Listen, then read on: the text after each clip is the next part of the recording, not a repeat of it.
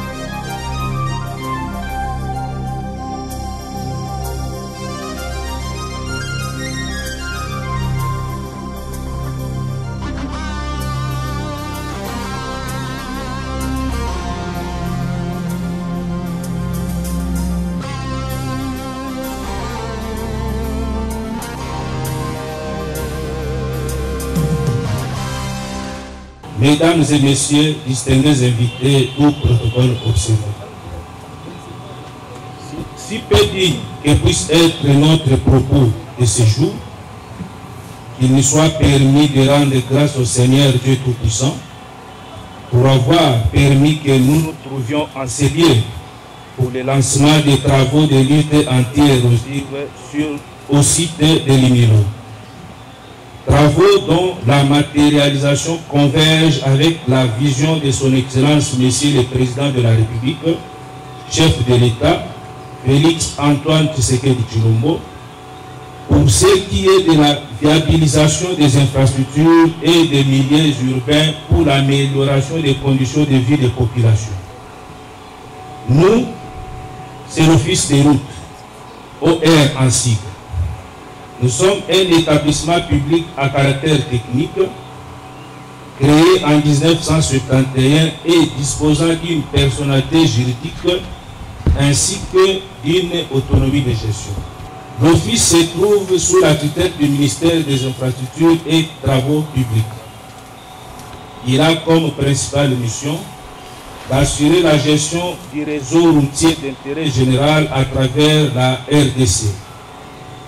Son réseau national est constitué de 20 683 km de routes nationales RN en cycle, 20 201 km de routes provinciales prioritaires RP1 en cycle, ainsi que 7 200 45 km des routes provinciales secondaires RPD ainsi. Ce qui fait un total de 58 129 km de routes et de ponts.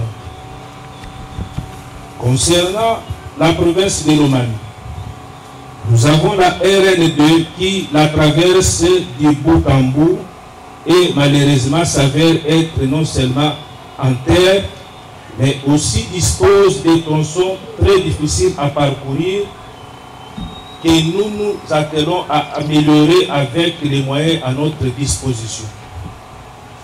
Aujourd'hui, cette route est non seulement menacée par plusieurs têtes d'érosion, mais surtout, elle est coupée au PK 0500 sur l'axe Kabinda-Lubao-Mouloé, raison de notre présence en ces lieux où nous annonçons le lancement des travaux de lutte anti-érosive. Ces travaux portent sur les points suivants.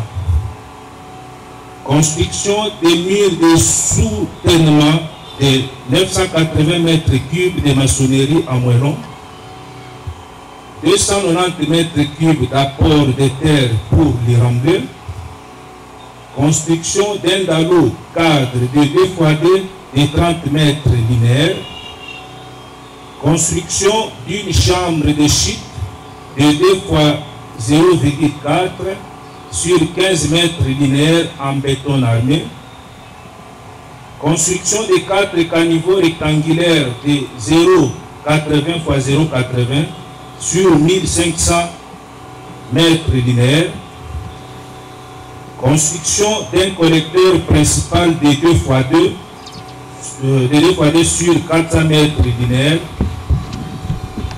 construction d'un dissipateur d'énergie et protection de l'ouvrage par sa végétalisation à travers la plantation de vétivers, bambous et gazon.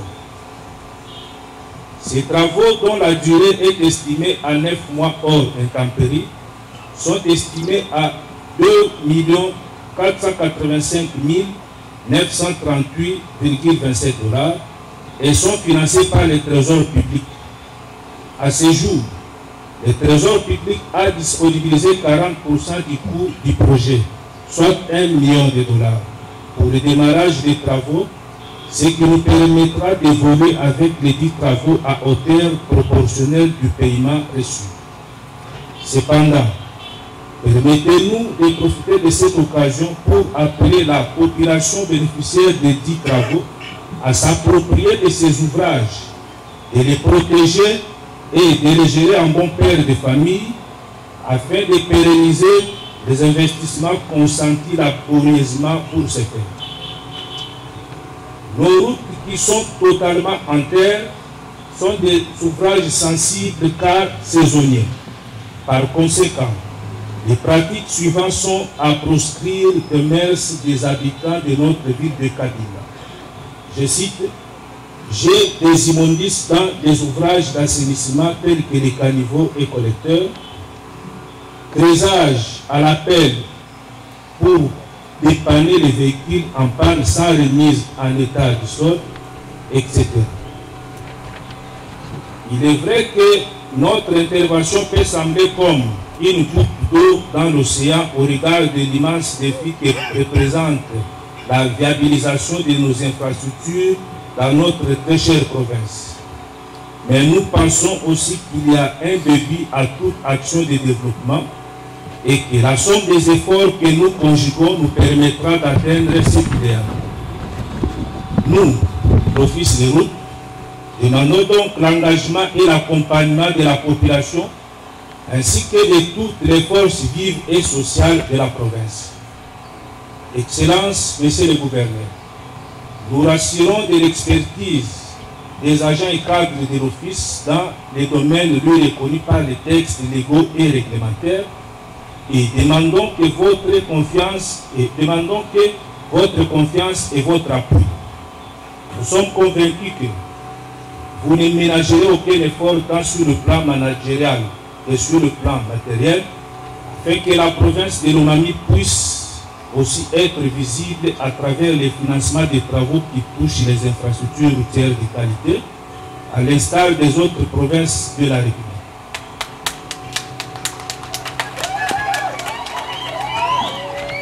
Excellences, Messieurs les gouverneurs, distingués invités, tout protocole observé. Que vive la ville de Cabinda, que vive la province de Lomami, que vive la République démocratique du Congo. Je vous remercie.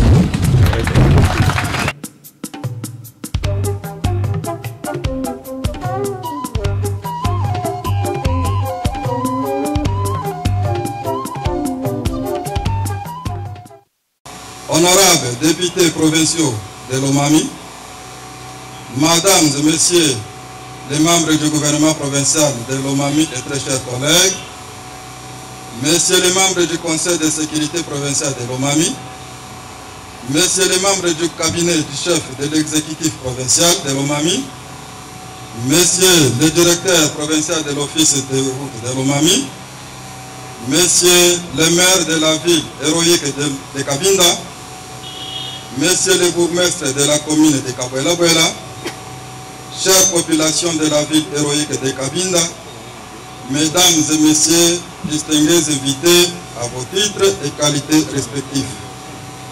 En ce lieu de l'Unilo sur la route nationale numéro 2, sous un soleil ardent, où toutes les institutions du pays en province de Lomami représentées, il nous a été soufflé de dire un mot en notre qualité du ministre provincial en charge des infrastructures, travaux publics et reconstruction, qui est à l'honneur au jour d'aujourd'hui.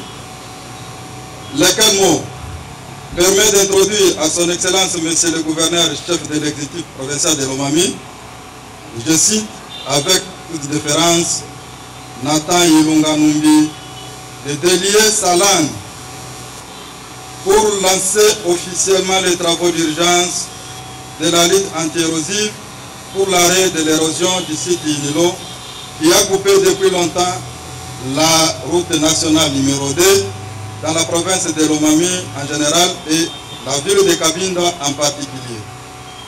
Les deux travaux sont financés par le pouvoir central à travers le Fonds national d'entretien routier, FONER en sigle. En cet effet, l'hommage mérité à son Excellence M. Félix Antoine Tshisekedi Tshilombo, président de la République démocratique du Congo et chef de l'exécutif, pour sa détermination dans notre province de Lomami en général et la ville de Cabinda en particulier. Cependant, nous trouvons les mots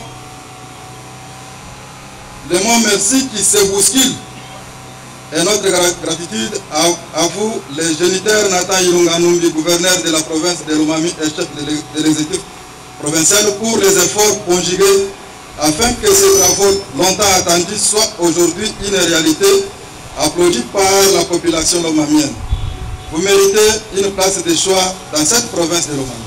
À cet effet, qu'il me soit permis d'ouvrir une parenthèse en ces termes. L'Office des routes, direction provinciale de Lomami, à sa qualité de maître d'œuvre, nous a présenté et démontré techniquement le coût total sollicité dans son devis estimatif et quantitatif pour l'exécution normale de ces travaux. De même, les montants financés par les maîtres d'ouvrage, la nature des travaux à réaliser et attendus par notre population ainsi que sa durée. Nous exhortons à celui-ci, au nom du gouverneur provincial, au nom du gouvernement provincial, voulais-je dire, d'observer scrupuleusement les lignes budgétaires de son projet en vue de nous produire un travail de qualité. À notre population lomamienne en général et la ville de Cabinda en particulier qui est bénéficiaire de cet ouvrage, faites-nous confiance et accompagnez le gouvernement Nathan. Que vive la République démocratique du Congo, que vive la province de Lomami, que vive la ville héroïque de Cabinda. Je vous remercie.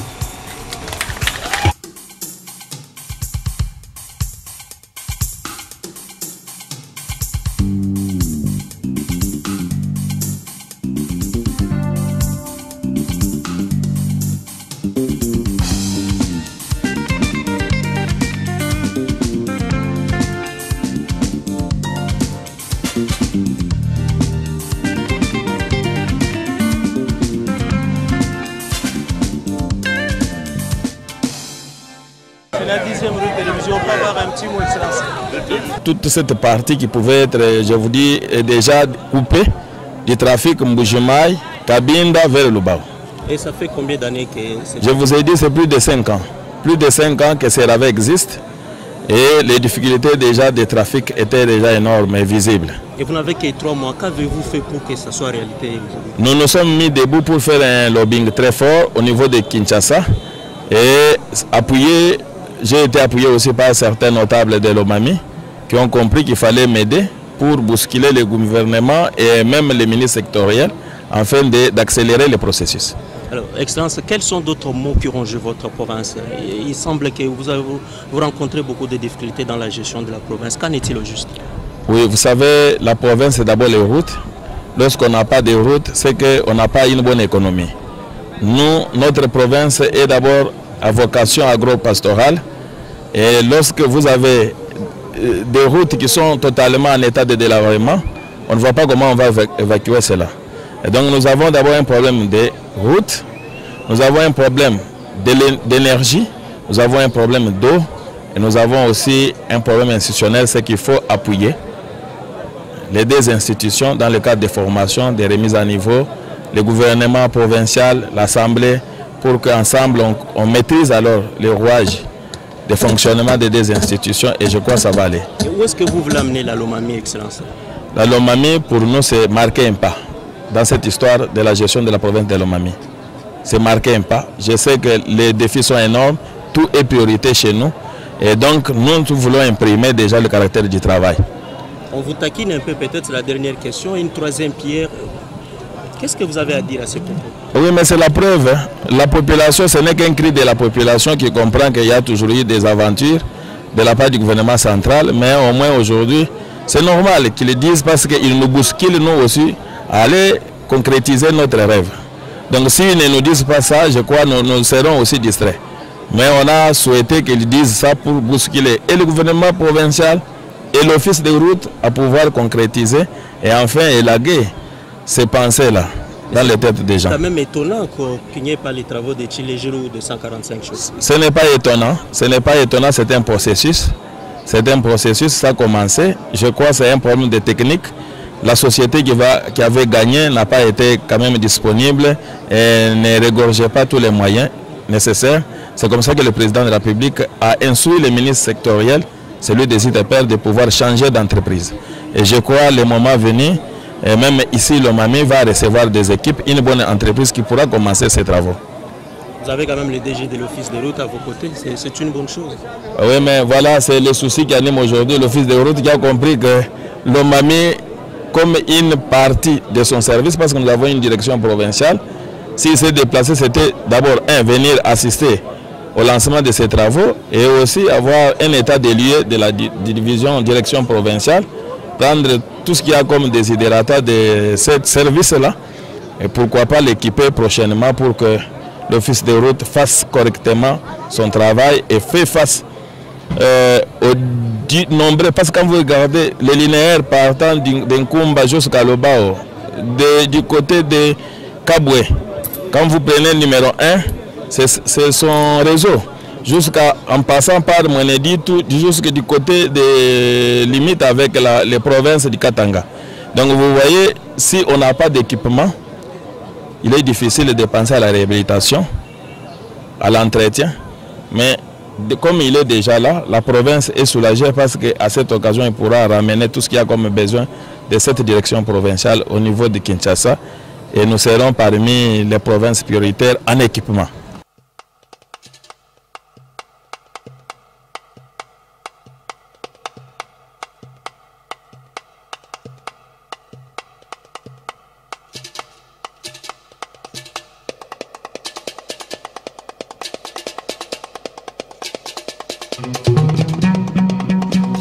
Monsieur le DG, pourquoi ça nécessitait votre déplacement jusqu'ici à Cabinda? Est-ce parce que vous êtes fils du terroir ou bien c'est l'importance du projet qui vous a intéressé? C'est l'importance du projet, comme vous venez de le souligner. Vous savez, l'autorité suprême de l'État est trop soucieuse de tout ce qui concerne le bien-être de la population.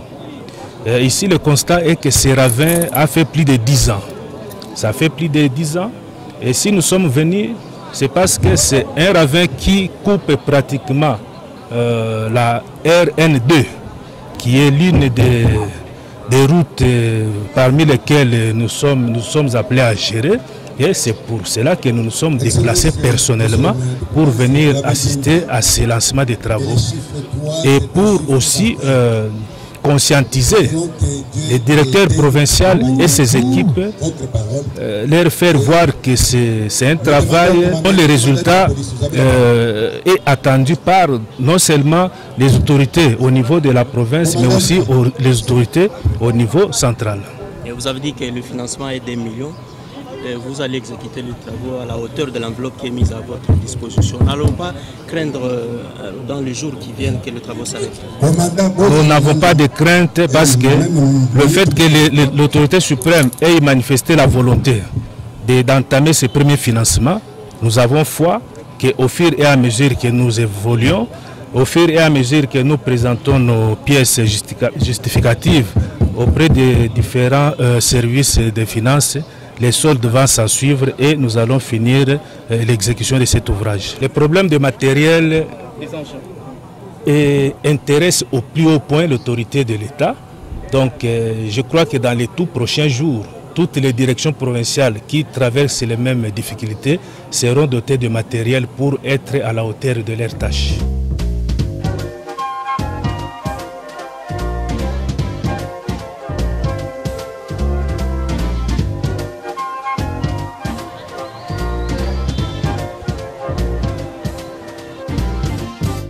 Monsieur le Président de l'Assemblée provinciale de Lomami, c'est une figure qui est déjà connue sur le plan national et international. Monsieur le Président, comment se passent les choses chez vous? Les choses se passent assez correctement dans la province de Lomami. Mais en ce jour, nous sommes honorés par le lancement de travaux sur le site du ravin Inilo.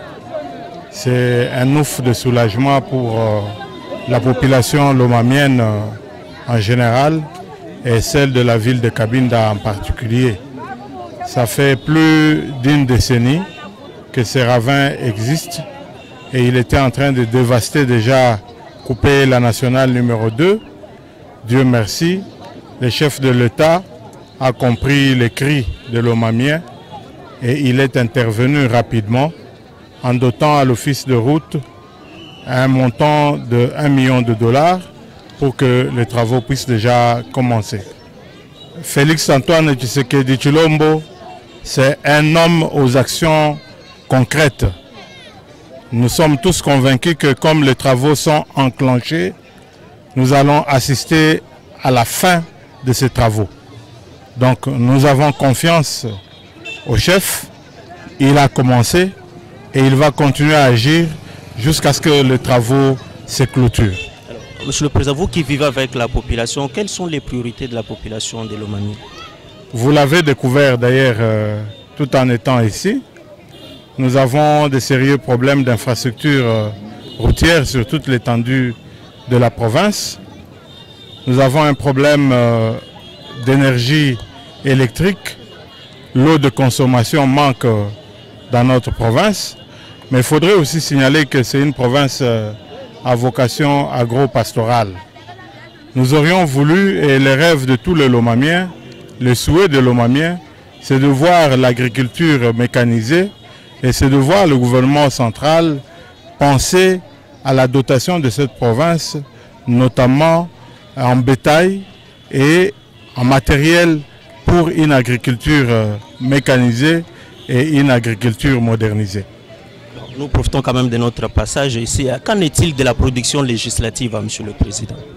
Oui, la production législative au niveau provincial, nous pouvons dire qu'elle est satisfaisante parce que depuis le début de cette législature, il y a des édits au niveau provincial qui ont été produits et qui ont été adoptés et d'ailleurs même promulgués. Les contrôles parlementaires se passent correctement, mais aussi les desiderata de nos populations sont récoltés à chaque fois que nous sommes en vacances parlementaires, rapportés et transmis à qui de droit pour des actions.